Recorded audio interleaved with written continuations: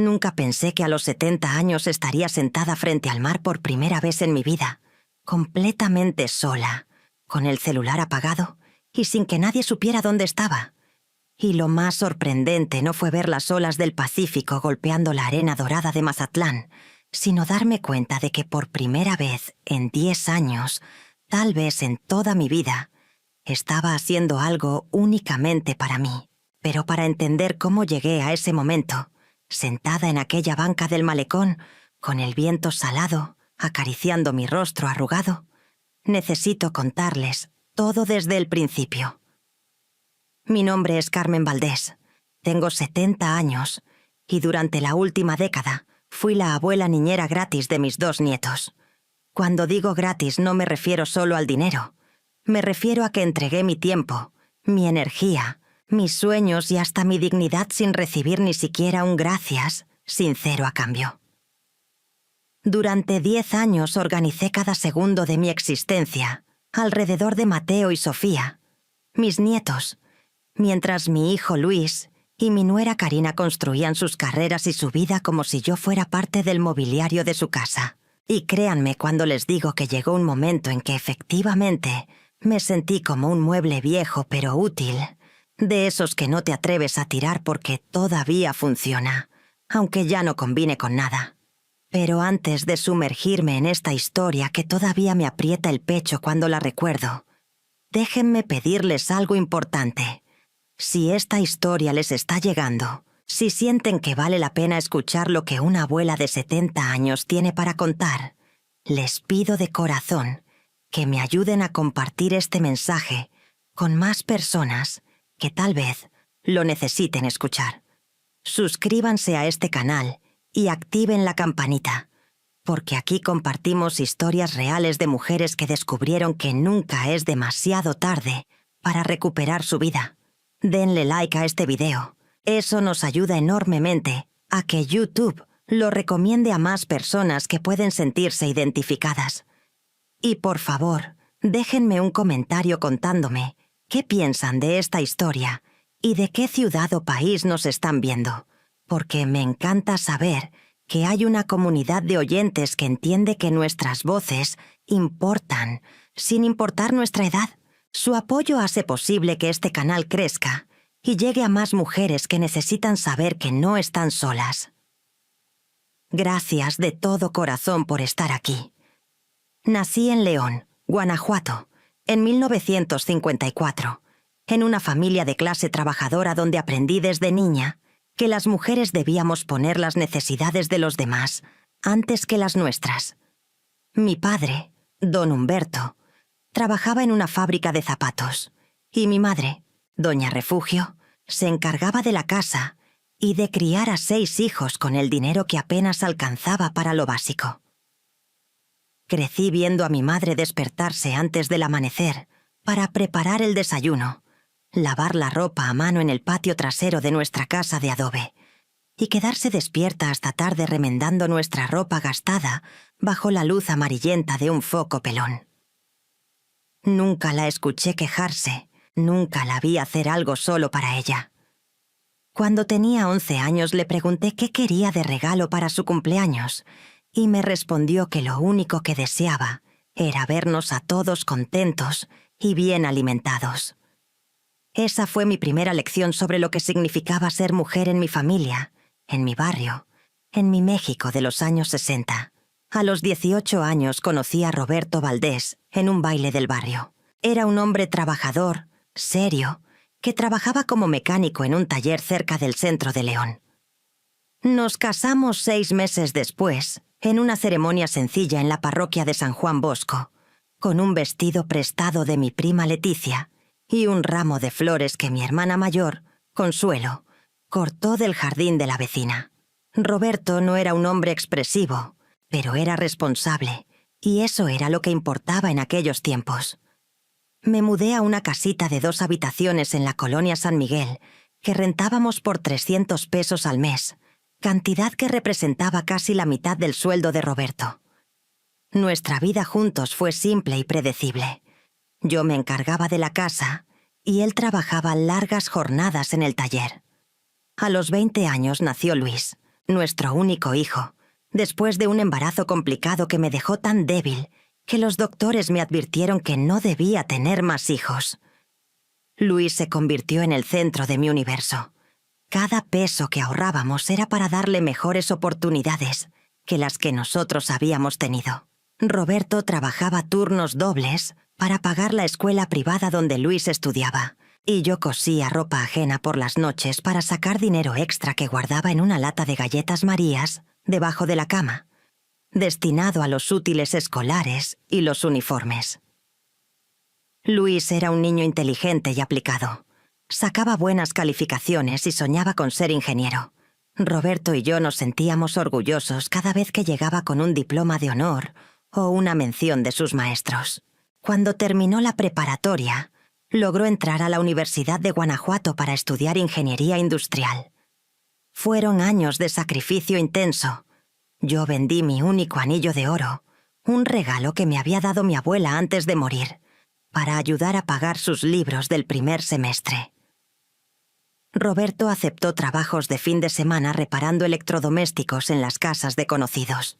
Comíamos frijoles y arroz casi todos los días, pero Luis tenía su educación universitaria y eso nos hacía sentir que todo valía la pena. En el año 2000, cuando Luis tenía 26 años y ya trabajaba como ingeniero en una empresa de manufactura automotriz en León, conoció a Karina López en una reunión de trabajo. Karina era de Querétaro, administradora de empresas, una mujer moderna y segura de sí misma que usaba tacones altos y hablaba con una confianza que a mí me parecía casi extraterrestre. Venía de una familia de clase media acomodada, muy diferente a la nuestra. Cuando Luis nos la presentó en nuestra humilde casa, noté cómo ella miraba con cierta condescendencia nuestros muebles viejos y las paredes que necesitaban una mano de pintura. Pero Luis estaba enamorado y nosotros queríamos verlo feliz, así que le dimos nuestra bendición cuando nos anunció que se casarían. La boda fue en Querétaro, en un salón elegante que los padres de Karina pagaron completamente. Roberto y yo nos sentimos fuera de lugar entre sus invitados, que hablaban de viajes a Europa y carros importados. Usé el mismo vestido que había usado en la boda de mi sobrina 5 años atrás, porque no teníamos dinero para comprar uno nuevo, y noté cómo la madre de Karina, doña Gabriela, me miraba de reojo con una mezcla de lástima y desprecio. Esa noche, mientras bailábamos el vals, Roberto me susurró al oído que no nos sintiéramos menos, que habíamos criado a un buen hombre, y eso era lo único que importaba. Luis y Karina se establecieron en León, en una casa nueva que compraron en una privada de la zona norte de la ciudad. Un desarrollo residencial con casetas de vigilancia y jardines bien cuidados, que contrastaba brutalmente con nuestro viejo barrio de San Miguel. Trabajaban ambos de tiempo completo, con horarios demandantes que a veces los mantenían fuera de casa desde las 7 de la mañana hasta las 8 o 9 de la noche. En el 2005 nació Mateo, un bebé hermoso de ojos grandes y cachetes redondos que me robó el corazón desde el momento en que lo vi por primera vez en el hospital. Fue entonces cuando comenzó todo. Karina regresó a trabajar apenas 3 meses después del parto, porque, según ella, no podía darse el lujo de perder su posición en la empresa. Necesitaban a alguien que cuidara a Mateo durante el día, y las guarderías eran muy caras. Una tarde, mientras visitaba a Luis en su casa, Karina me miró con esa sonrisa que parecía dulce, pero que, con el tiempo, aprendí a reconocer como calculadora, y me dijo que si yo podría ayudarles solo unas semanas, mientras encontraban una niñera adecuada. Luis me lo pidió con esa voz de niño que todavía guardaba cuando necesitaba algo de mí, y yo, como siempre, dije que sí sin pensarlo demasiado. Las semanas se convirtieron en meses. Los meses se convirtieron en años. Nunca encontraron a esa niñera adecuada, o más bien, nunca la buscaron realmente. ¿Para qué pagar a alguien cuando la abuela estaba dispuesta a hacerlo gratis? Al principio no me importaba. Me sentía útil, necesitada, importante. Cuidar a Mateo me llenaba de alegría. Lo alimentaba, le cambiaba los pañales, Lo arrullaba hasta que se dormía con su carita pegada a mi pecho. Roberto me decía que no me desgastara tanto, que ya habíamos criado a nuestro hijo y merecíamos descansar, pero yo le respondía que los nietos eran una bendición y que ayudar a Luis era nuestro deber. Roberto falleció en el 2007 de un infarto fulminante mientras reparaba un carro en el taller. Tenía apenas 61 años. Su muerte me destrozó. Perdí no solo a mi compañero de vida, sino también la única voz que a veces me recordaba que yo también importaba. Después del funeral, me quedé completamente sola en nuestra casita de San Miguel. La soledad era abrumadora. Las paredes parecían cerrarse sobre mí durante las noches silenciosas. Fue entonces cuando Luis y Karina me sugirieron que pasara más tiempo en su casa, que así no estaría tan sola y además podría ayudarles más con Mateo, que ya tenía 2 años y era un torbellino de energía. Acepté porque la alternativa era quedarme en esa casa vacía, donde cada rincón me recordaba a Roberto. Empecé a llegar a su casa cada día más temprano y a irme cada día más tarde, hasta que prácticamente vivía allí. En el 2008 nació Sofía, una niña preciosa de cabello castaño claro y sonrisa traviesa. Ahora tenía 2 nietos que cuidar. Mi rutina se volvió más intensa, más demandante, más absorbente. Despertaba a las 5:30 de la mañana en mi casa. Me arreglaba rápidamente. Tomaba el camión de la Ruta 3 que me dejaba a 3 cuadras de la privada donde vivían y llegaba a su casa antes de las 7 para preparar el desayuno antes de que Luis y Karina se levantaran. Hacía hot cakes con forma de osito para Mateo, que ya tenía 3 años, y preparaba papillas para Sofía, que apenas tenía unos meses. Mientras ellos desayunaban tranquilamente, leyendo las noticias en sus teléfonos y tomando su café sin prisa, yo ya había lavado la loza de la cena de la noche anterior, que siempre dejaban en el fregadero, había puesto una carga de ropa en la lavadora y había organizado la pañalera de Sofía para el día. A las 8 Luis y Karina salían para sus trabajos. Karina apenas se despedía con un beso rápido en la frente de los niños, mientras revisaba sus correos electrónicos en el celular. Luis me daba un abrazo apresurado y me agradecía con un «Gracias, mamá», que con el tiempo se volvió tan automático como respirar, sin verdadero significado detrás. Y ahí comenzaba mi día real. Bañaba a los niños, los vestía, les daba sus vitaminas, jugaba con ellos, limpiaba la casa, preparaba la comida, lavaba más ropa, planchaba, hacía las compras cuando era necesario. A las 2:30 de la tarde les daba de comer, intentando que Mateo comiera sus verduras y que Sofía no escupiera toda la papilla. Después venía la siesta, el único momento del día donde podía sentarme un momento, aunque generalmente lo usaba para doblar la ropa limpia o preparar la cena. Por las tardes los llevaba al parque cuando el clima lo permitía. Mateo corría por todos lados y yo lo perseguía cuidando que no se cayera, mientras cargaba a Sofía en brazos, porque todavía no caminaba. Las otras mamás del parque, mujeres jóvenes de 30 y tantos años con ropa deportiva de marca y carriolas importadas, se reunían en grupitos a platicar mientras sus hijos jugaban. Yo me sentaba en una banca apartada, sintiéndome invisible, con mi ropa sencilla de mercado y mis zapatos ortopédicos porque mis pies ya no soportaban los tacones que usaba en mi juventud. A veces Mateo se acercaba corriendo a pedirme que lo empujara en el columpio, y yo lo hacía con gusto, aunque mis brazos ya estaban cansados de haber cargado a Sofía toda la tarde. Luis y Karina llegaban entre las 7 y las 8 de la noche. Para entonces, yo ya había bañado a los niños nuevamente. Les había dado de cenar, había limpiado la cocina y tenía la cena de ellos lista y servida en la mesa.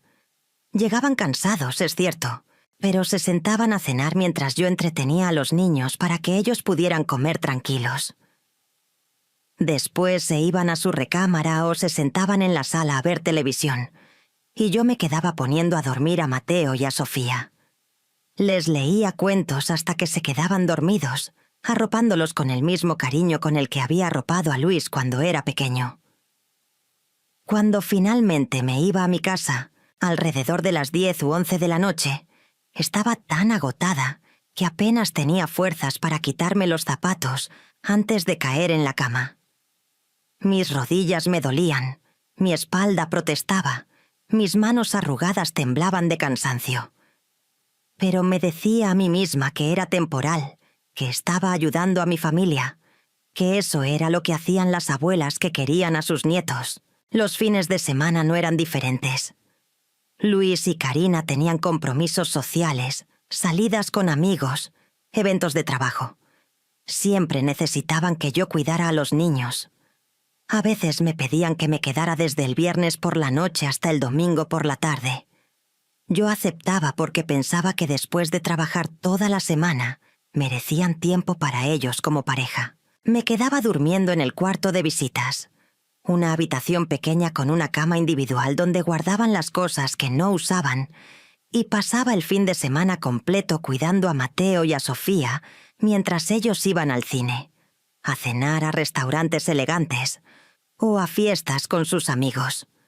Hubo señales, muchas señales que en su momento no quise ver, o que vi pero decidí ignorar porque reconocerlas hubiera significado aceptar algo muy doloroso.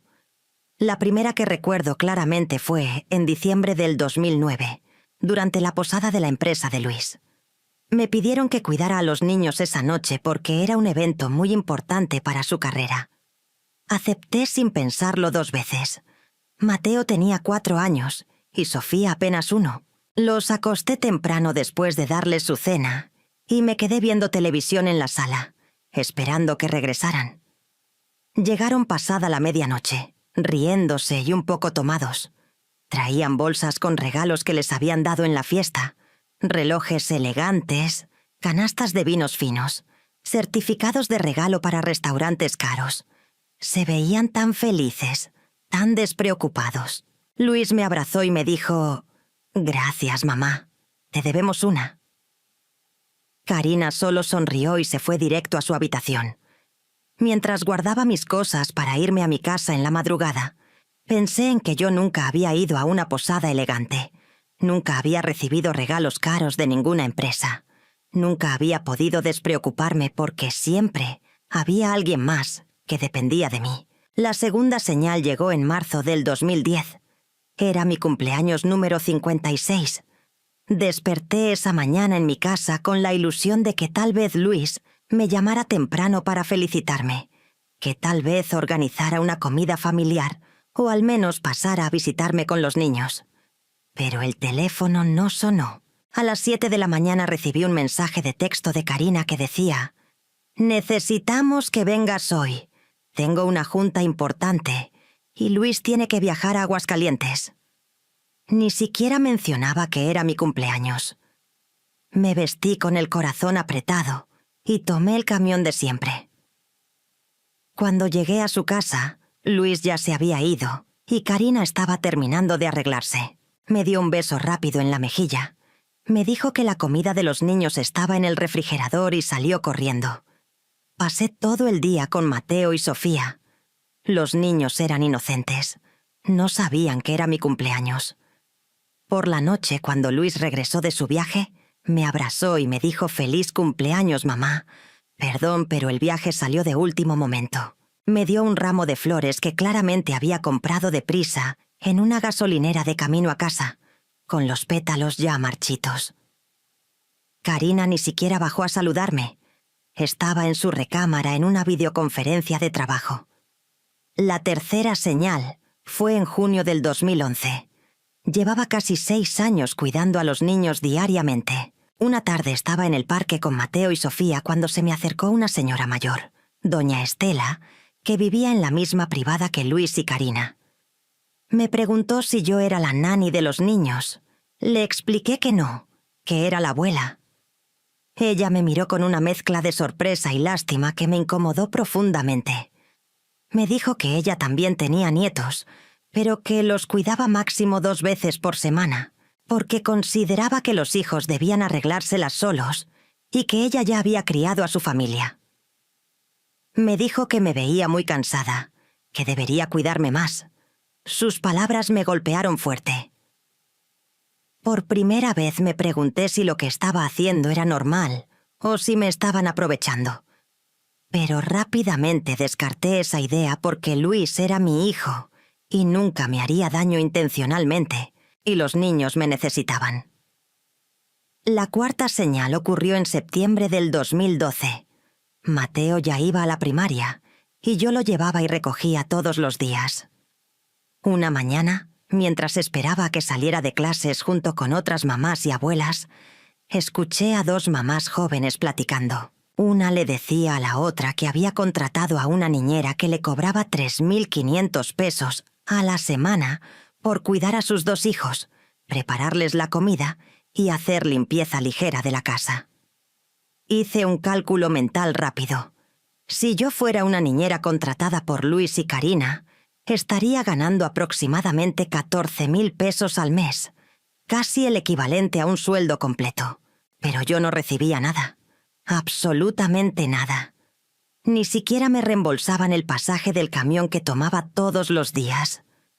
Esa tarde, mientras preparaba la cena en la cocina de Luis, pensé en mencionarle casualmente que al menos podrían darme para los pasajes, pero cuando lo vi llegar tan cansado del trabajo, guardé silencio. No quería que pensara que le estaba cobrando por cuidar a mis propios nietos.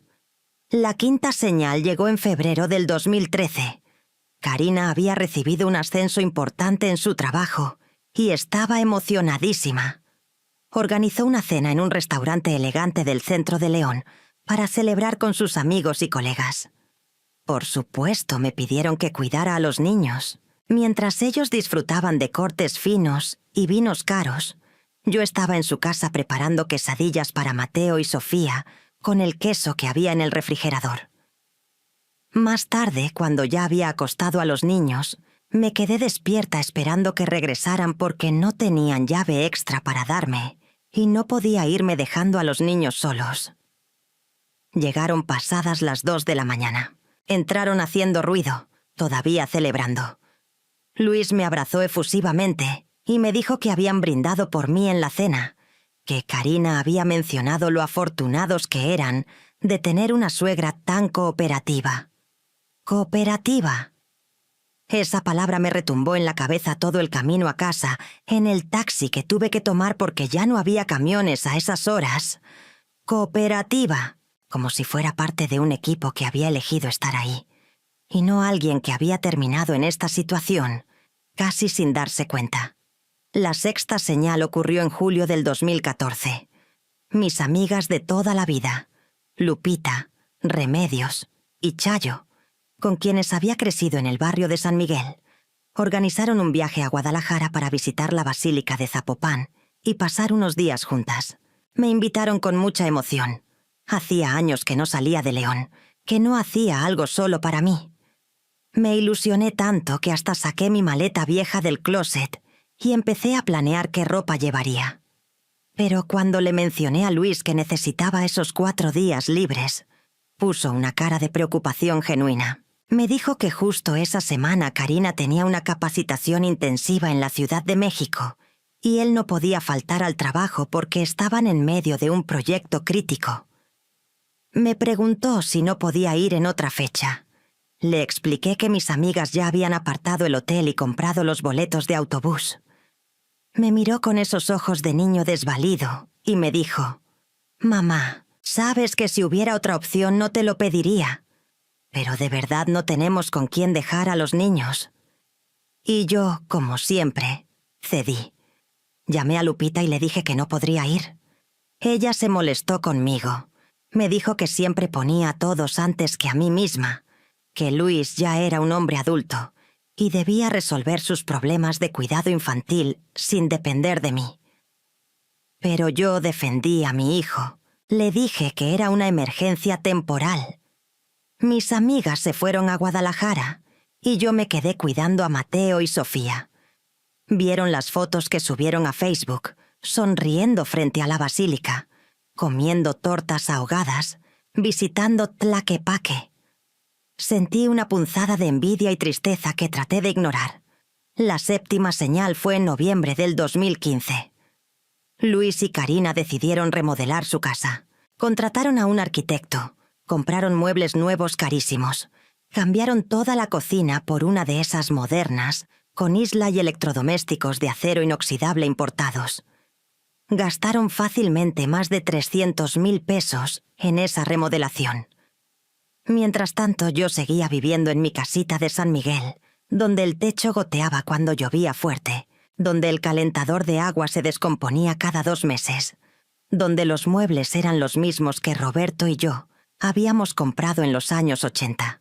Una tarde, mientras admiraba su cocina nueva y reluciente, Karina me comentó casualmente que habían pensado en darme un aguinaldo de fin de año por ayudarles con los niños, que estaban pensando en 1.000 pesos. 1.000 pesos después de casi 10 años cuidando a sus hijos de lunes a domingo. 1.000 pesos mientras ellos gastaban 300.000 en una remodelación innecesaria. No dije nada. Solo sonreí y dije que no era necesario, que lo hacía con gusto. Pero por dentro, algo se quebró un poquito más. La octava señal, la que finalmente me abrió los ojos, llegó en marzo del 2016. Era un martes por la tarde. Yo estaba en la sala de la casa de Luis, doblando la ropa limpia que acababa de sacar de la secadora, mientras Mateo hacía su tarea de matemáticas en el comedor y Sofía veía caricaturas en su tablet. Karina había llegado temprano ese día porque había cancelado una junta. Estaba en su recámara hablando por teléfono con su hermana Daniela, que vivía en Monterrey. Yo podía escuchar su conversación porque había dejado la puerta entreabierta. Hablaban de lo cansadas que estaban del trabajo, de lo difícil que era balancear la carrera profesional con la maternidad.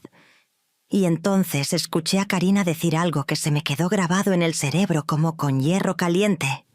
Dijo textualmente: «Al menos nosotros tenemos niñera gratis. No sé cómo le harías tú sin tu suegra disponible 24/7.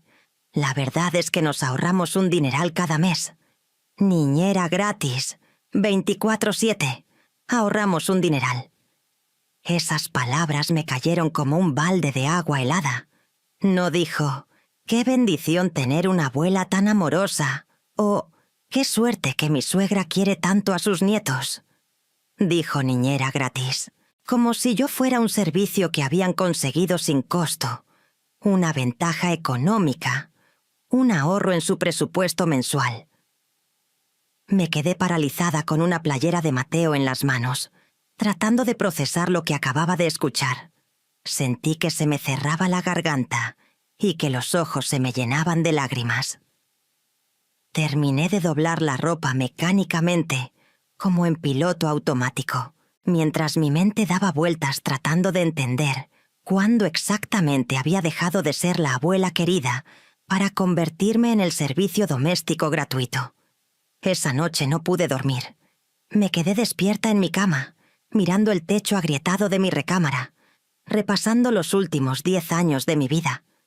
Y por primera vez los vi con claridad, sin el filtro del amor maternal que me había cegado todo ese tiempo.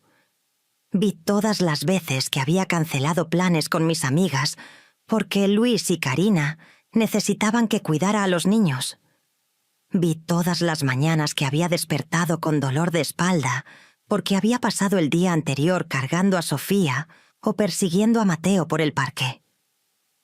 Vi todos los cumpleaños, aniversarios y fechas especiales que habían pasado desapercibidas, porque para ellos yo simplemente estaba cumpliendo con mi función de niñera gratis. Vi la casa hermosa donde ellos vivían, y mi casita modesta donde yo apenas sobrevivía con mi pequeña pensión de viuda.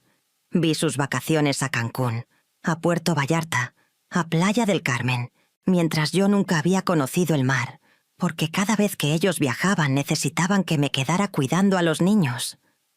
La rabia que sentí esa noche no era la rabia explosiva que te hace gritar y romper cosas. Era una rabia fría, calculadora, la rabia de quien finalmente entiende que ha sido utilizada y necesita hacer algo al respecto. Durante los meses siguientes seguí cumpliendo con mi rutina como siempre, pero algo había cambiado en mi interior. Empecé a prestar más atención a los detalles que antes pasaba por alto. Noté cómo Karina nunca me preguntaba cómo estaba. Solo me daba instrucciones sobre qué necesitaba que hiciera con los niños ese día. Noté cómo Luis había dejado de darme las gracias genuinas y ahora solo me daba palmaditas en el hombro, como se las das a un empleado eficiente. Noté cómo los niños, especialmente Mateo, que ya tenía 11 años, habían empezado a tratarme como si fuera la persona del servicio, pidiéndome cosas con un tono demandante que me dolía en el alma. Un día de abril, mientras limpiaba la sala de su casa, encontré sobre la mesa del comedor un estado de cuenta que Karina había dejado ahí. No era mi intención fisgonear, pero estaba justo ahí, abierto, mostrando los movimientos del mes. Mis ojos recorrieron las cifras casi sin querer. Restaurantes caros, compras en Liverpool, gasolina, colegiaturas de escuela privada, membresía del gimnasio, servicios de streaming, compras en línea, gastos que sumaban fácilmente más de 40.000 pesos al mes. Y entonces pensé en mi propia situación. Vivía con una pensión de viudez de 3.800 pesos mensuales. 3.800 pesos que tenían que alcanzarme para pagar la luz, el agua, el gas, la comida, el teléfono, las medicinas para mi presión arterial alta y mi diabetes tipo 2. Muchas veces me quedaba sin dinero a mitad de mes y tenía que recurrir a las tortillas y frijoles que me duraban varios días. Mientras tanto, ellos gastaban en una sola cena en restaurante lo que a mí me tenía que durar una quincena completa. La sospecha se convirtió en certeza. La certeza se convirtió en determinación. En mayo del 2016, empecé a hacer algo que nunca había hecho en mi vida. Planear para mí misma. Empecé a guardar dinero. Cada vez que iba al mercado a comprar las verduras y la carne que Karina me pedía que comprara para la comida de los niños, ahorraba 10 o 20 pesos comprando las cosas en oferta en lugar de las marcas caras que ella me pedía. Nadie notaba la diferencia. Guardaba ese dinero en una bolsita de tela que escondía en el fondo de mi ropero, junto con mis documentos importantes. También empecé a vender algunas cosas que ya no usaba, chucherías viejas de la casa, algunos muebles que estaban amontonados. Cada peso que juntaba lo guardaba religiosamente. Paralelamente, empecé a informarme sobre algo que nunca me había permitido soñar: conocer el mar. Durante una de esas tardes eternas en casa de Luis, mientras los niños hacían su tarea y yo tenía un momento de respiro, busqué en mi celular viejo información sobre playas mexicanas que pudieran ser accesibles para mí. Encontré que Mazatlán, en Sinaloa, tenía autobuses directos desde León. El viaje duraba aproximadamente 12 horas, pero el costo era razonable. Me puse a investigar hoteles económicos, lugares que visitar, restaurantes baratos donde comer.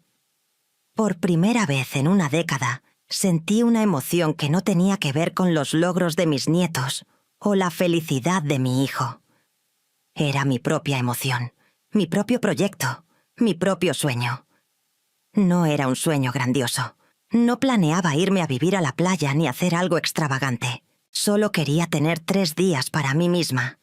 3 días donde nadie me necesitara, donde nadie me diera órdenes, donde pudiera despertarme a la hora que quisiera, comer lo que se me antojara, caminar por la playa sin prisa, sentarme a ver el atardecer sin tener que estar pendiente de que Mateo no se subiera a algo peligroso o de que Sofía comiera sus verduras.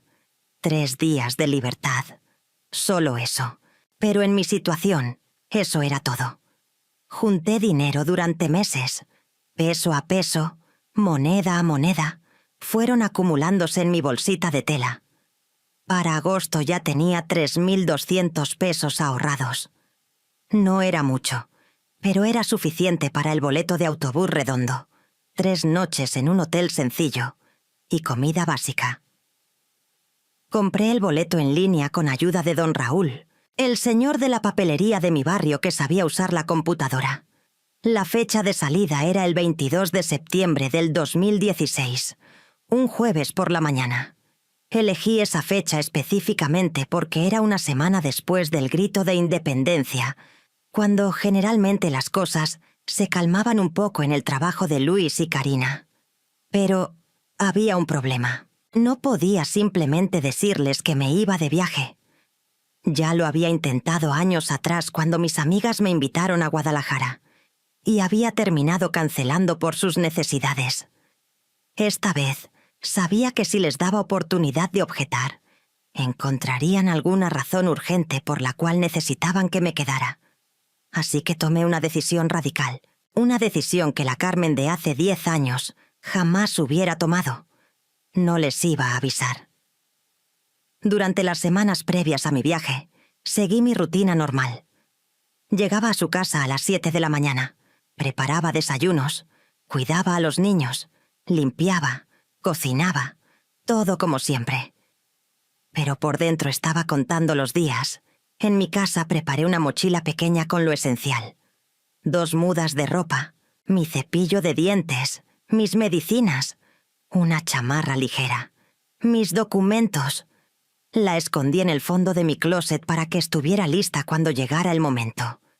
El miércoles 21 de septiembre, un día antes de mi escape, llegué a casa de Luis como cualquier otro día.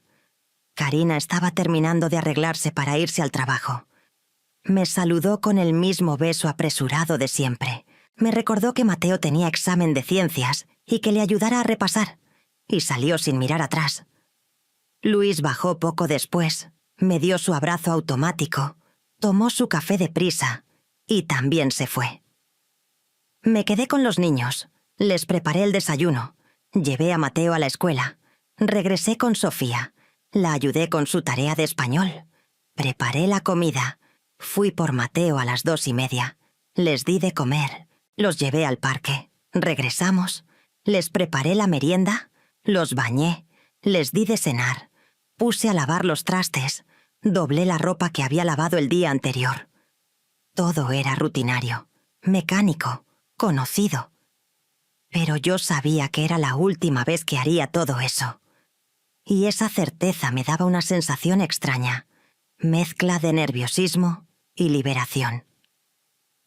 Cuando Luis y Karina llegaron esa noche, me quedé un rato más de lo normal.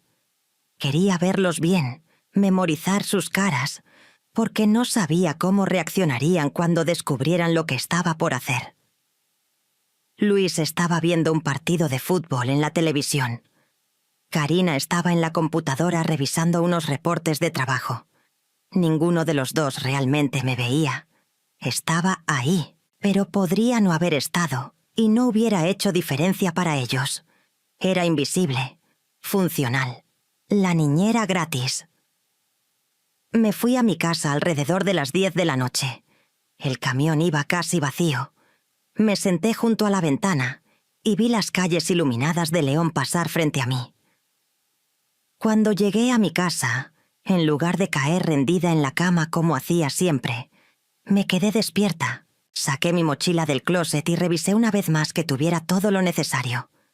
Puse mi boleto de autobús en la bolsa frontal, donde pudiera sacarlo fácilmente. Conté mi dinero, 3.200 pesos, en billetes de 200 y 500 que había ido cambiando durante las últimas semanas para que fueran más fáciles de cargar. Eran las 2 de la mañana cuando finalmente me senté en la mesa de mi cocina con una hoja de papel y una pluma. Tenía que escribir algo.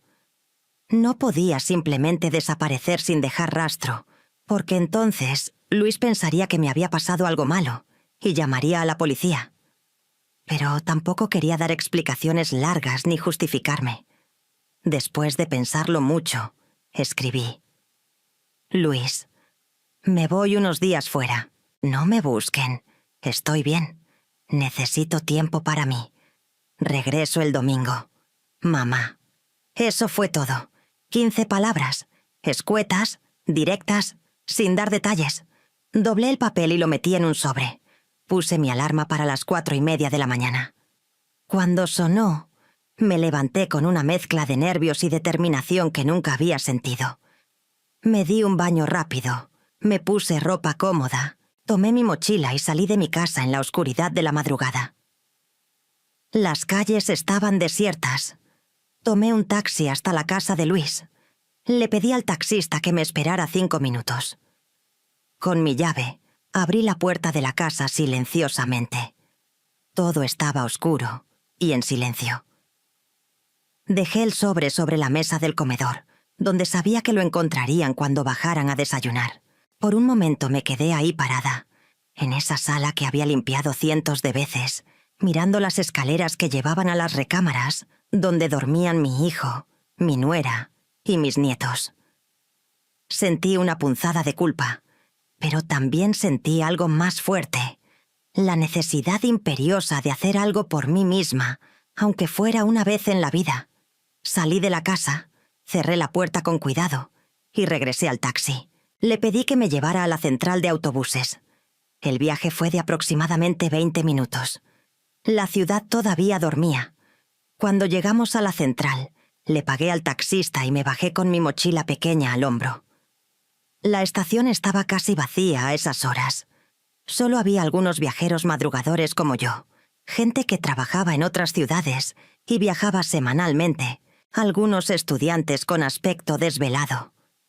Me acerqué a la ventanilla de la línea de autobuses que hacía la ruta León-Mazatlán. Mi boleto era para las 6 de la mañana. Eran las 5:15. Me senté en una de las bancas de plástico a esperar. Tenía el celular en mi bolsa. Sabía que debía apagarlo, pero todavía no me atrevía a dar ese paso final. Eran las 5:30 cuando finalmente lo saqué. Lo miré por última vez y presioné el botón de apagado. Cuando la pantalla se puso negra, fue como si cortara el último lazo que me ataba a esa vida de servicio constante. A las 6:10 llamaron al abordaje.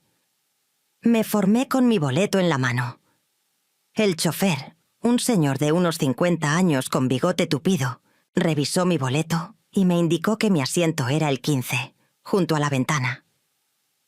Subí por los escalones del autobús, encontré mi lugar y me acomodé. Guardé mi mochila en el compartimento superior.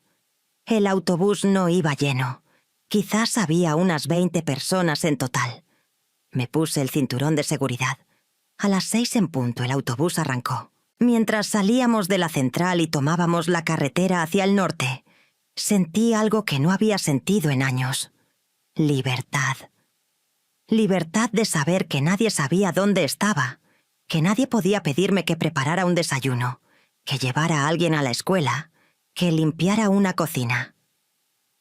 Durante las próximas 12 horas y durante los siguientes 3 días, mi tiempo era completamente mío. El paisaje empezó a cambiar conforme avanzábamos. Dejamos atrás las montañas y valles de Guanajuato y entramos a las tierras más planas de Jalisco. Yo iba pegada a la ventana, viendo pasar los campos de agave, los pueblitos pequeños, las vacas pastando. El autobús hizo una parada en Guadalajara alrededor de las 9 de la mañana. Muchos pasajeros bajaron y subieron otros nuevos. Aproveché para comprar un café y unas galletas en la tienda de la estación. Me estiré las piernas un poco antes de volver a subir. Durante el viaje pensé en lo que estaría pasando en casa de Luis. Seguramente ya habrían encontrado mi nota. Me imaginé a Luis leyéndola con cara de confusión, llamándome al celular y descubriendo que estaba apagado. Me imaginé a Karina molesta porque nadie había preparado el desayuno y ahora tenía que hacerlo ella misma mientras se preparaba para irse al trabajo. Me imaginé a los niños preguntando dónde estaba la abuela. Parte de mí se sentía culpable, pero una parte más grande de mí se sentía tremendamente aliviada. El autobús atravesó Nayarit en la tarde. El paisaje se volvió más tropical. Empecé a ver palmeras por primera vez en mi vida. Las copas de los árboles eran diferentes, más verdes, más exuberantes. El aire que entraba por las rendijas del aire acondicionado olía diferente, más húmedo, más salado. Estábamos acercándonos al mar.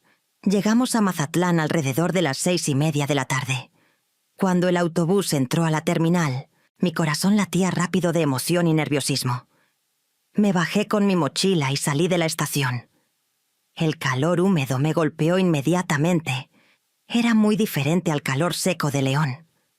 El aire olía a sal y a pescado. Había palmeras por todos lados. Tomé un taxi al hotel que había reservado, el Hotel Posada del Mar, un lugar sencillo a 3 cuadras del malecón que costaba 300 pesos la noche. El hotel era modesto pero limpio. Mi habitación estaba en el 2.º piso. Tenía una cama matrimonial con edredón azul claro, un televisor pequeño, un baño diminuto pero funcional, y una ventana que daba a la calle. Dejé mi mochila sobre la cama y me senté un momento a procesar dónde estaba.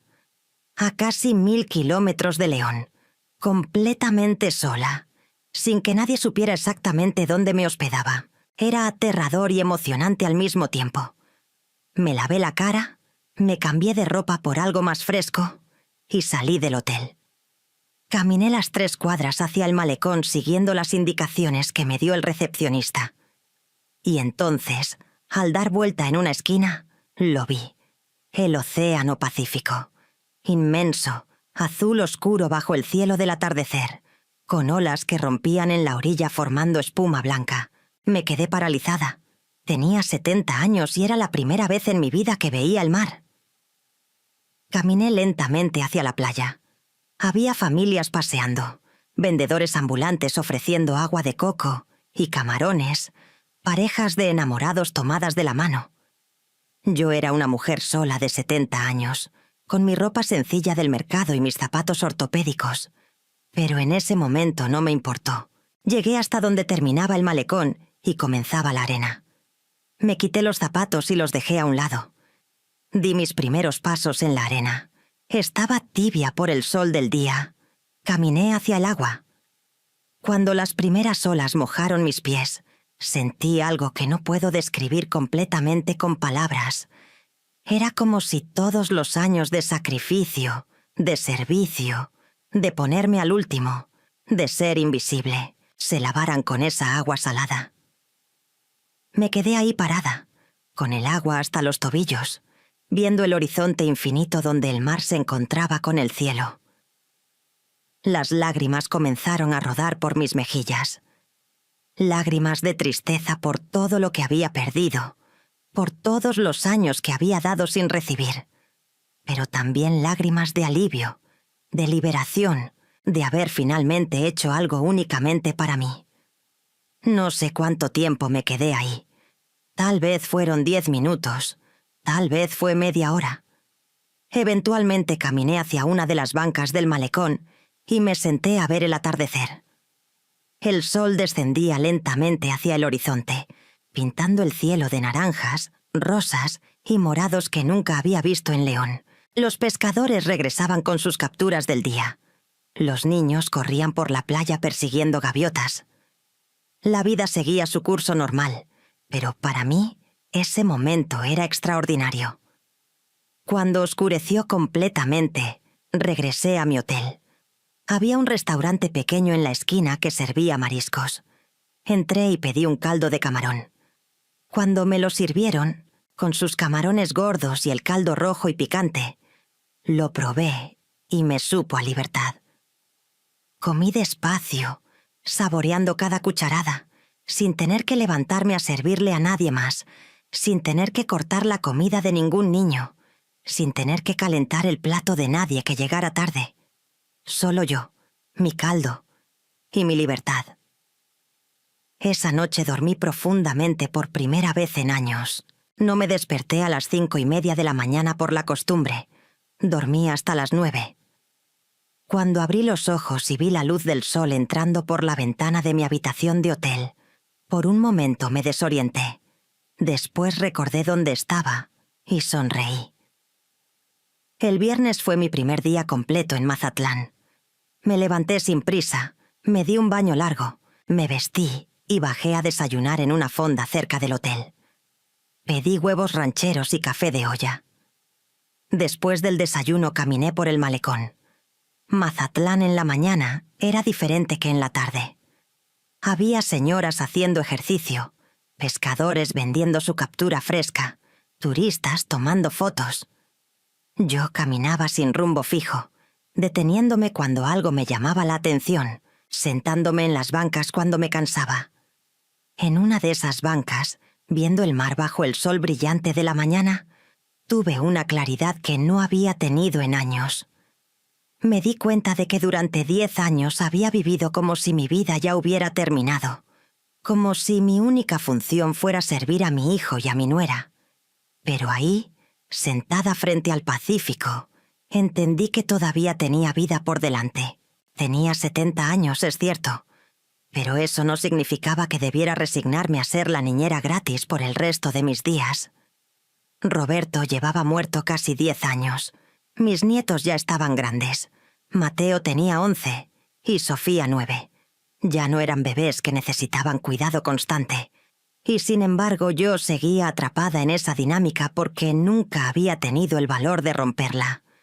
Pero estar ahí, a 1000 kilómetros de León, sin que nadie supiera exactamente dónde estaba, me daba una perspectiva completamente diferente.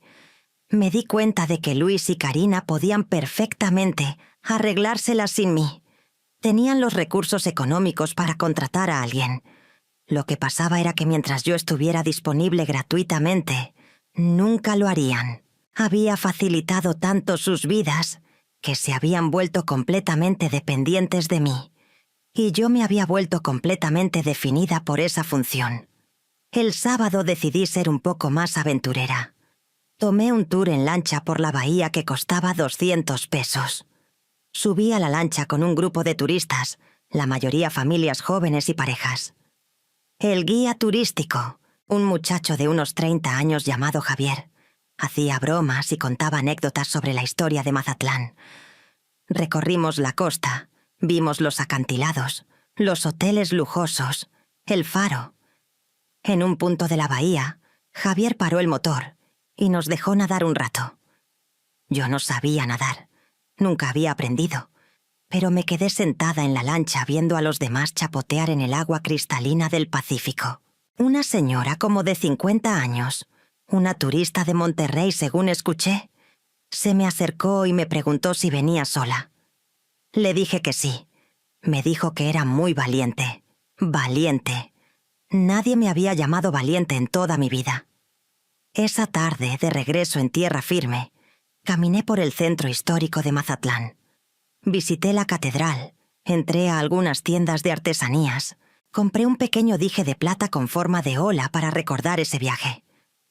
Cené en un restaurante del mercado donde probé pescado zarandeado por primera vez. Todo me sabía diferente, especial, porque lo estaba eligiendo yo sin tener que consultar con nadie. El domingo, mi último día completo en Mazatlán, me levanté temprano y volví a la playa. Me senté en la misma banca donde me había sentado el jueves al atardecer. El mar se veía tranquilo esa mañana, con olas suaves que acariciaban la orilla. Saqué mi celular de la mochila. Todavía estaba apagado. Lo encendí. Inmediatamente empezaron a llegar notificaciones, llamadas perdidas, mensajes de texto, mensajes de WhatsApp. Tenía 43 llamadas perdidas de Luis, 22 de Karina, 15 mensajes de texto, 38 mensajes de WhatsApp. Abrí algunos. Los primeros eran de preocupación. «Mamá, ¿dónde estás? Mamá, contesta por favor. Estamos preocupados». Los del viernes se volvían más desesperados. «Mamá, necesitamos saber que estás bien. Voy a llamar a la policía si no respondes». Los del sábado empezaban a mostrar molestia. «Mamá, esto no es justo. Los niños te están extrañando. Karina tuvo que faltar al trabajo para cuidarlos». Y finalmente, los del domingo temprano mostraban enojo. «Mamá, ya basta de este berrinche. Necesitas regresar ya. Esto es muy egoísta de tu parte». Leí todos los mensajes con calma. Y entonces hice algo que sorprendería a Luis, que había enviado esos mensajes. No respondí inmediatamente. Guardé el celular. Volví a apagarlo. Y me quedé sentada viendo el mar un rato más. No era un berrinche. No era egoísmo. Era supervivencia. Era rescatarme a mí misma de una situación que me había consumido completamente. Y si ellos no podían entenderlo, si veían mi necesidad de tiempo para mí como un acto de traición, entonces eso solo confirmaba lo que ya sabía. Nunca me habían visto como una persona completa con necesidades propias, solo como un recurso a su disposición. Pasé el resto del domingo disfrutando mi última tarde en Mazatlán. Comí tacos de marlín en un puesto callejero. Caminé descalza por la arena por última vez. Me senté a ver el atardecer. Mi autobús de regreso salía a las 8 de la noche. Llegaba a León el lunes alrededor de las 8 de la mañana. Cuando subí al autobús esa noche, ya no era la misma Carmen que había salido de León el jueves en la madrugada. Esa Carmen estaba agotada, resignada, invisible. La Carmen que regresaba había visto el mar. Había tomado decisiones solo para ella. Había experimentado la libertad, aunque fuera por solo 3 días. Y esa experiencia había cambiado algo fundamental en mi interior. El viaje de regreso fue largo, pero lo pasé reflexionando. Sabía que cuando llegara a León tendría que enfrentar a Luis y a Karina. Tendría que tener una conversación difícil que había estado evitando durante 10 años. Pero por primera vez me sentía preparada para tenerla. Por primera vez tenía claridad sobre lo que necesitaba decir. El autobús llegó a la central de León a las 8:15 de la mañana del lunes. Bajé con mi mochila pequeña, salí de la estación y tomé un taxi a casa de Luis. Durante el trayecto de 20 minutos, practiqué mentalmente lo que iba a decir. Tenía que mantenerme firme. No podía dejarme manipular por la culpa o por sus argumentos de que los estaba abandonando. Cuando el taxi se detuvo frente a su casa en la privada, le pagué y me bajé. Antes de tocar el timbre, respiré profundo 3 veces. Después toqué. Escuché pasos apresurados. La puerta se abrió y ahí estaba Luis. Se veía desvelado, con ojeras profundas, despeinado. Cuando me vio, su expresión pasó por varias emociones en segundos. Alivio, confusión, enojo. Me hizo pasar sin decir palabra.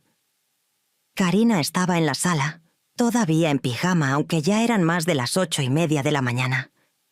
Ella normalmente a esa hora ya estaba en su oficina. Los niños estaban arriba en sus cuartos. La casa estaba desordenada.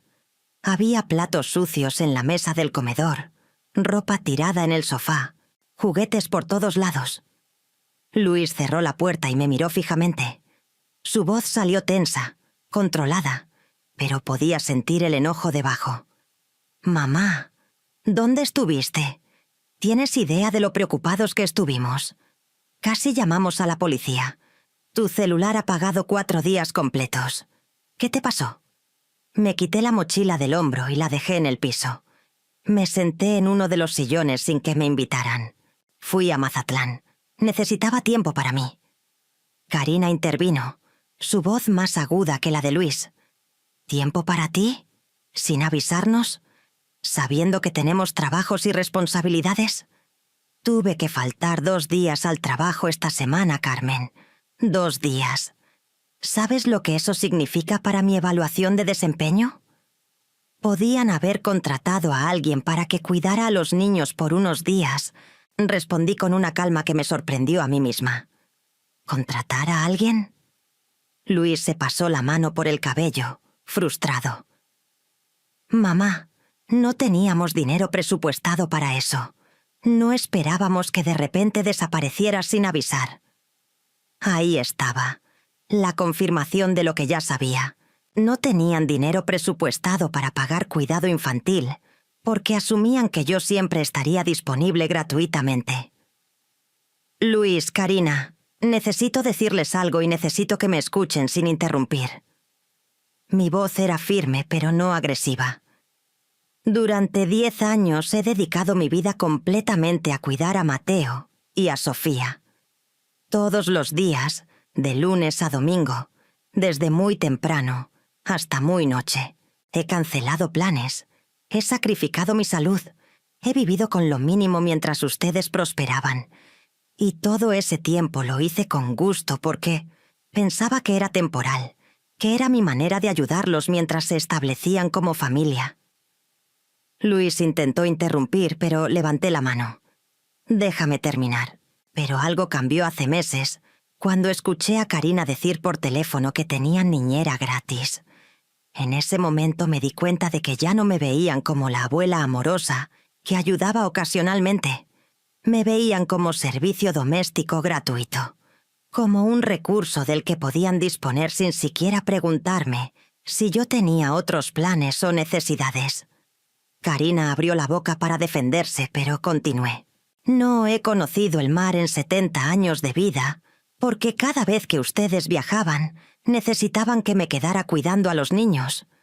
No he ido a visitar a mis amigas porque siempre había algo urgente que necesitaban que hiciera. He vivido con una pensión de menos de 4.000 pesos mensuales, mientras ustedes remodelan su casa y gastan 300.000 pesos en lujos. Y nunca, en 10 años, me han preguntado cómo estoy, qué necesito, o si está bien para mí mantener este ritmo de vida. El silencio en la sala era denso. Podía ver en la cara de Luis que estaba procesando mis palabras, que tal vez por primera vez estaba viendo la situación desde mi perspectiva. Karina tenía los brazos cruzados, defensiva. Entonces, ¿qué quieres?, preguntó Karina con un tono que pretendía ser práctico, pero sonaba desdeñoso. ¿Quieres que te paguemos? ¿Eso es lo que estás pidiendo? ¿Cobrarle a tu propia familia por cuidar a tus nietos?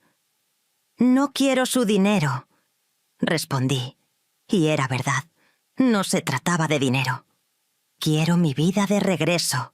Quiero que entiendan que no puedo seguir siendo su niñera de tiempo completo, que tengo 70 años y merezco disfrutar lo que me queda de vida sin estar encadenada a una rutina que me consume completamente.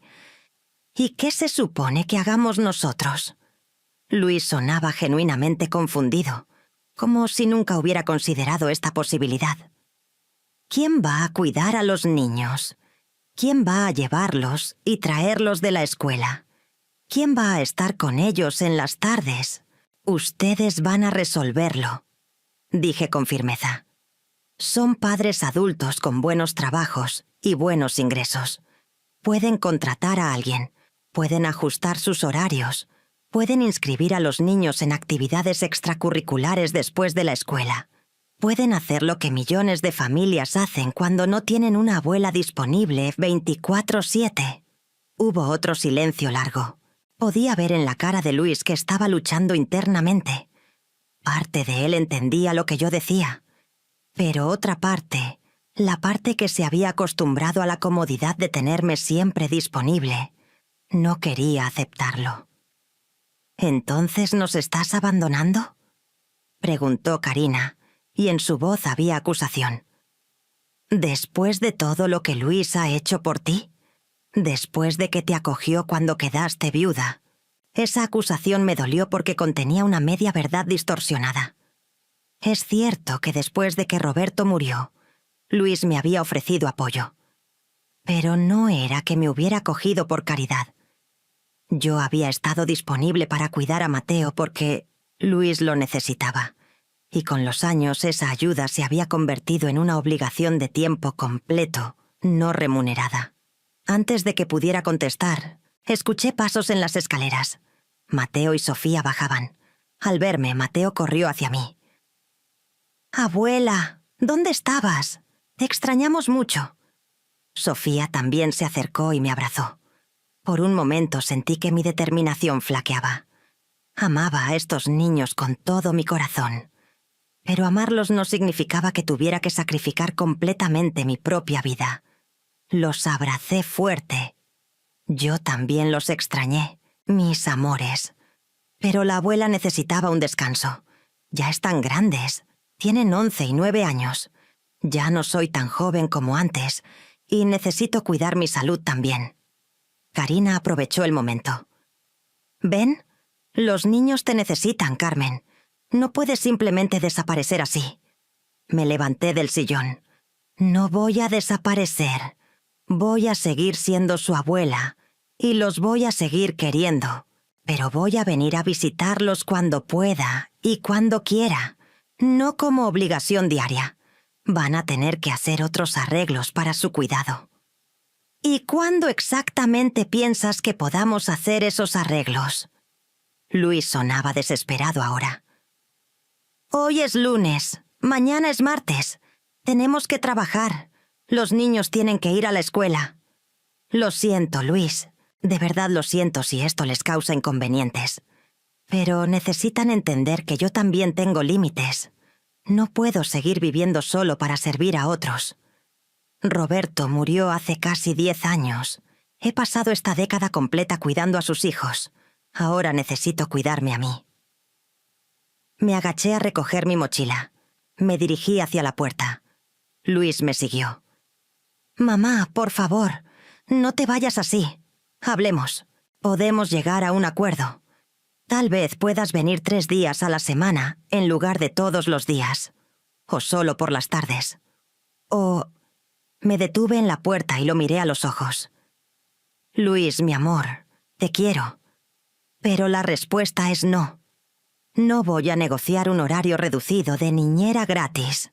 Voy a ser la abuela que visita, que lleva regalos, que los lleva a pasear ocasionalmente. Pero ya no voy a organizar mi vida alrededor de las necesidades de tu familia. Ya hice eso durante 10 años. Ahora me toca a mí». Abrí la puerta y salí. Escuché a Luis llamándome, a los niños preguntando por qué me iba, a Karina diciendo algo que no alcancé a oír. Caminé por la privada hacia la salida donde podía tomar el camión. Mis manos temblaban. Mi corazón latía rápido, pero seguí caminando. Tomé el camión de regreso a mi casa en San Miguel. Durante el trayecto de 40 minutos, procesé lo que acababa de pasar. Había sido la conversación más difícil de mi vida. Había visto la confusión y el enojo en la cara de mi hijo. Pero también, por primera vez en 10 años, me había puesto a mí primero. Los siguientes días fueron muy difíciles. Luis me llamó varias veces. Los primeros días sus llamadas eran para tratar de convencerme de que reconsiderara. Me decía que estaba siendo egoísta, que los niños me necesitaban, que cómo podía abandonarlos así. Yo escuchaba con paciencia y le repetía, con calma pero firmeza, que había tomado una decisión y que no iba a cambiar de opinión, que podían encontrar soluciones para el cuidado de los niños como lo hacían millones de familias, y que yo estaría disponible para visitarlos y pasar tiempo con ellos, pero no como niñera de tiempo completo. Karina no me llamó. Me enteré después, por Luis, que estaba muy molesta conmigo. Había tenido que reorganizar completamente su vida. Habían contratado a una señora del barrio, doña Josefina, para que fuera a cuidar a los niños después de la escuela. Le pagaban 4.000 pesos a la semana. Cuando Luis me dijo esa cantidad, hice cuentas mentalmente. 4.000 pesos a la semana eran 16.000 pesos al mes. Durante 10 años, yo había estado ahorrándoles casi 200.000 pesos anuales. 2 millones de pesos en total, que ellos nunca tuvieron que gastar porque yo estaba ahí, gratis, siempre disponible. Las primeras semanas fueron las más duras, emocionalmente. Extrañaba a los niños terriblemente. Extrañaba abrazarlos todas las mañanas, preparar sus desayunos favoritos, escuchar sus historias de la escuela. Pero también empecé a experimentar algo que no había sentido en años. Paz. Despertaba a las 8 de la mañana, sin alarma, cuando mi cuerpo estaba listo. Desayunaba despacio, tomando mi café mientras veía por la ventana. Podía salir a caminar al mercado sin prisa, platicando con las vecinas. Podía sentarme en el parque de mi barrio por las tardes, sin tener que perseguir a ningún niño.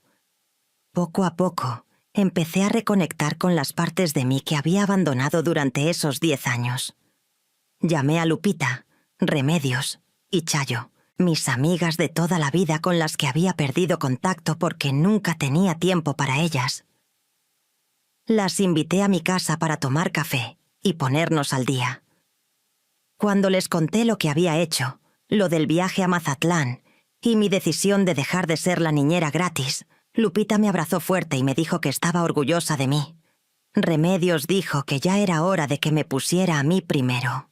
Chayo me confesó que durante años había querido decirme que Luis y Karina se estaban aprovechando de mí, pero no se había atrevido porque sabía que yo los defendería. Empecé a hacer cosas que había dejado de hacer. Volví a ir a la iglesia los domingos. No porque tuviera que llevar a los niños, sino porque yo quería ir. Me inscribí en un grupo de señoras mayores que se reunían los martes y jueves en el centro comunitario del barrio para hacer manualidades. Ahí conocí a otras mujeres de mi edad que tenían historias similares a la mía.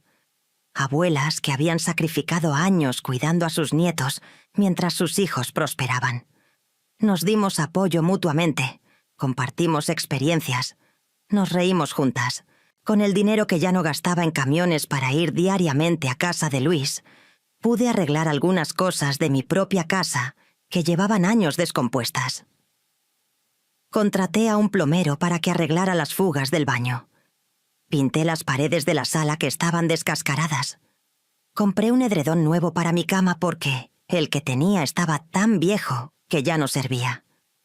Eran cosas pequeñas, pero cada una me hacía sentir que estaba recuperando mi espacio, mi vida.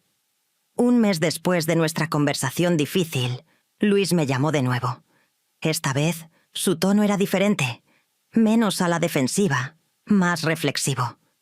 Me dijo que había estado pensando mucho en lo que le había dicho, que había hablado con Karina, y ambos reconocían que se habían acostumbrado a tenerme disponible y habían dado por sentado mi ayuda. Me dijo que Mateo y Sofía me extrañaban mucho y preguntaban por mí constantemente. Me preguntó si podía ir a visitarlos el domingo. Fui.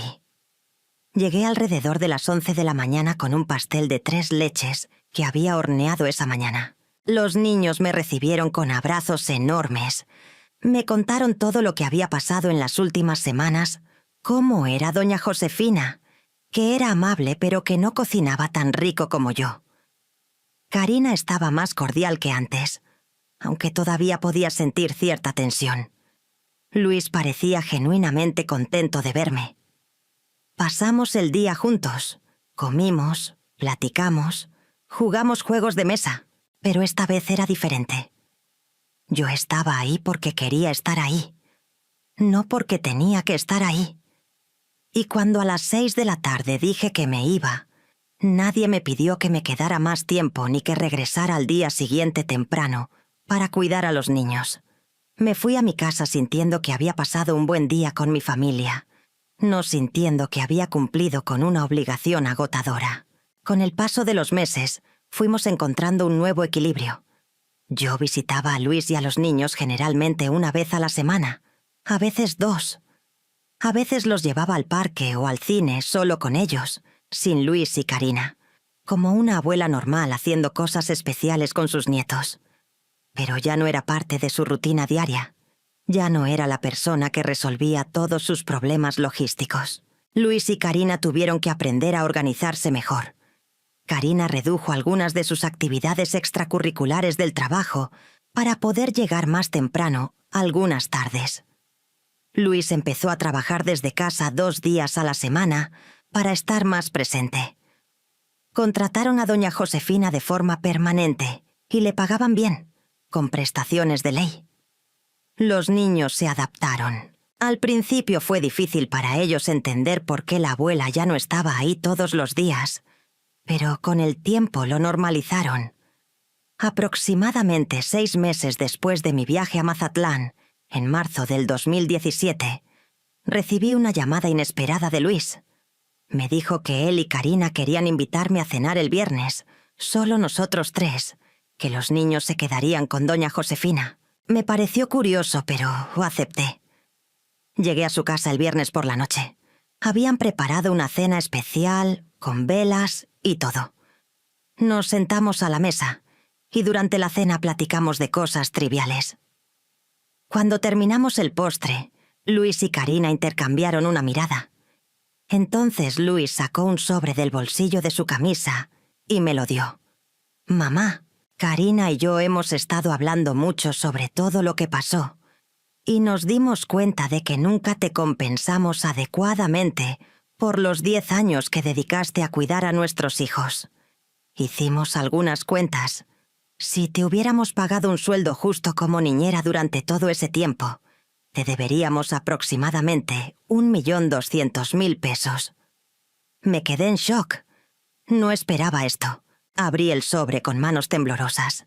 Adentro había un cheque por 300.000 pesos. «No podemos pagarte todo lo que te debemos», continuó Karina, y por primera vez desde que la conocía, vi algo parecido a humildad genuina en su cara. «Pero esto es lo que pudimos juntar. Es para ti, para que hagas lo que quieras con él, para que viajes, para que arregles tu casa, para lo que necesites».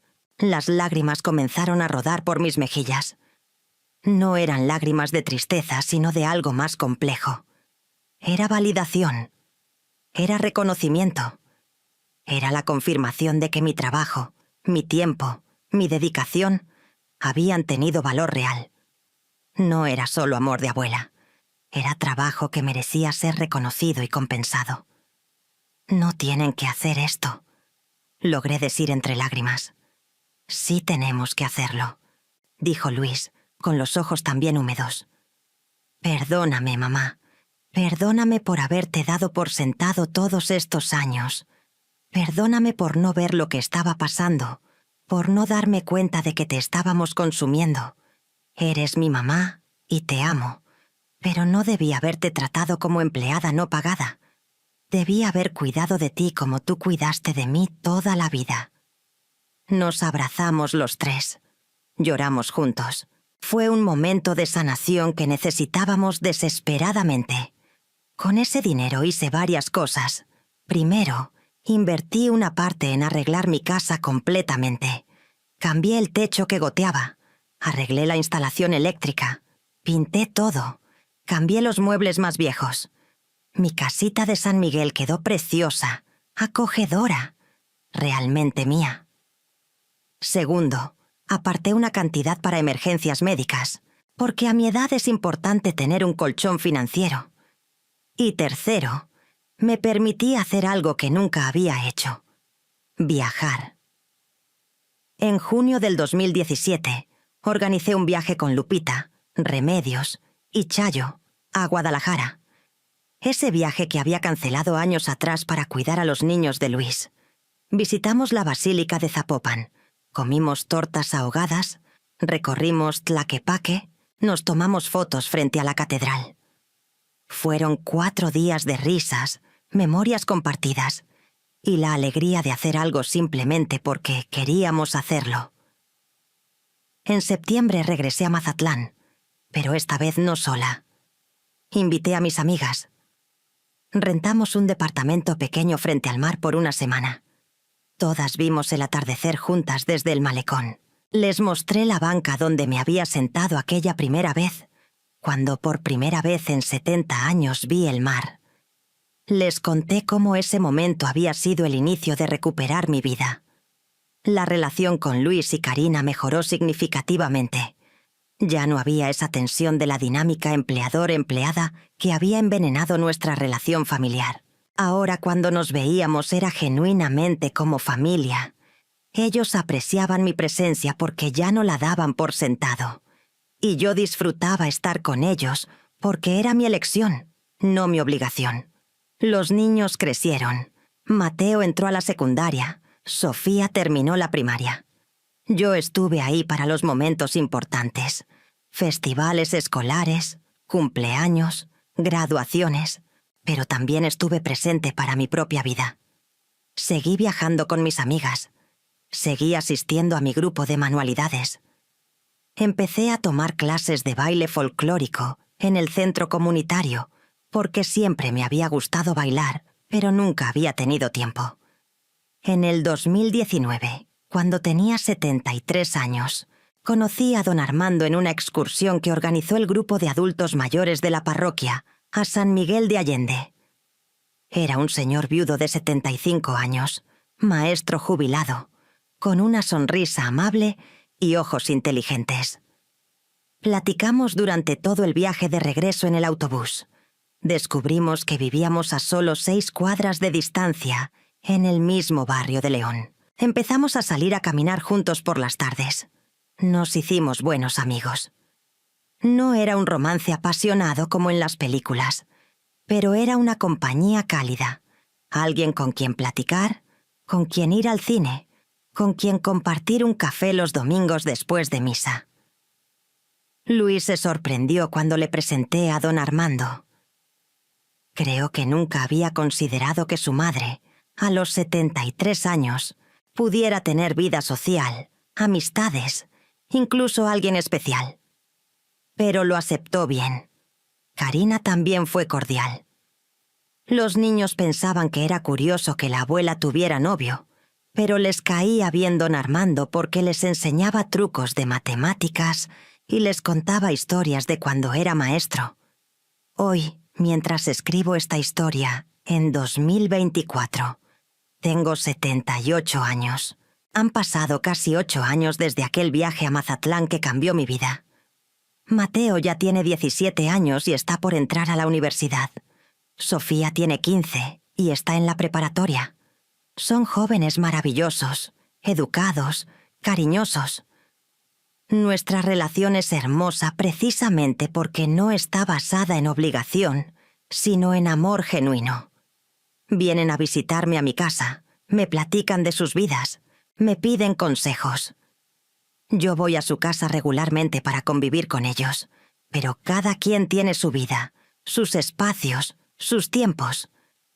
Luis y Karina prosperaron en sus carreras. Luis es ahora gerente de planta y Karina directora regional en su empresa.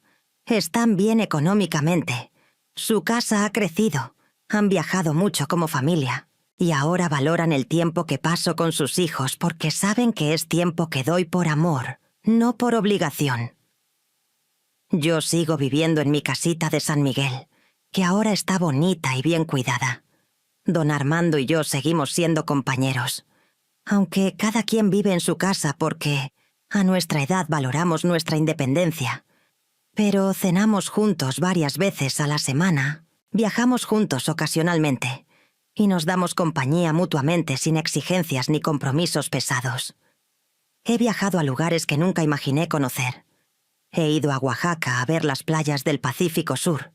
He visitado las pirámides de Teotihuacán. He conocido las barrancas del Cobre en Chihuahua. He viajado en autobús por México descubriendo mi propio país, algo que nunca pude hacer cuando era joven porque no había dinero, y que no pude hacer en mi mediana edad porque estaba encadenada a una rutina de cuidado infantil.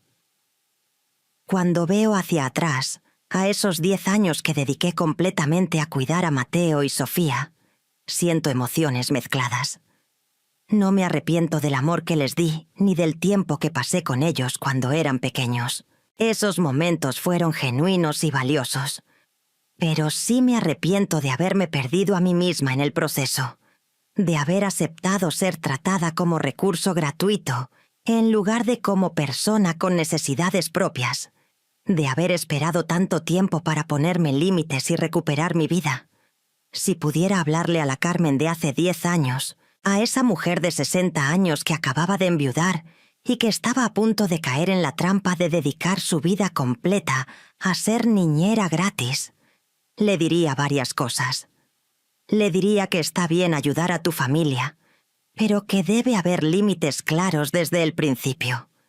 Que el amor no significa sacrificarte completamente. Que ser buena abuela no requiere que abandones tu propia vida.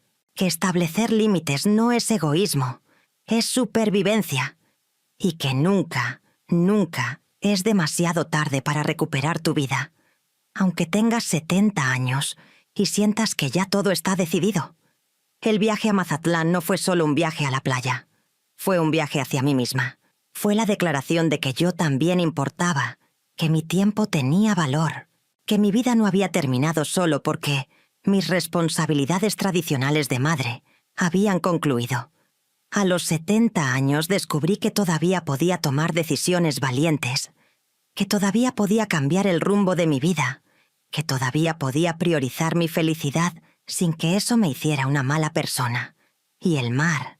¡Ay, el mar! Ese océano Pacífico que vi por primera vez a los 70 años. Cada vez que regreso a Mazatlán, y he regresado varias veces desde entonces, me siento en esa misma banca del malecón y recuerdo a la mujer que llegó ahí por primera vez, asustada pero determinada, agotada pero esperanzada. Le agradezco a esa Carmen por haber tenido el valor de subirse a ese autobús, de apagar su celular, de desaparecer por 3 días, porque esa decisión, tan simple y tan radical al mismo tiempo, fue el inicio de todo lo bueno que vino después. Les comparto esta historia porque sé que hay muchas mujeres como yo ahí afuera. Mujeres que han dedicado su vida a cuidar a otros, que se han perdido a sí mismas en el proceso, que sienten que ya es muy tarde para cambiar algo, que creen que poner límites es ser egoísta, que piensan que el amor verdadero requiere sacrificio total. Y quiero decirles, con toda la autoridad que me dan mis 78 años y mi experiencia vivida, que están equivocadas, que nunca es demasiado tarde, que establecer límites no es egoísmo, es necesidad, que cuidar de ti misma no te hace mala madre, mala abuela, mala hija, mala mujer, te hace humana, te hace completa, te permite dar desde la abundancia en lugar de desde el agotamiento.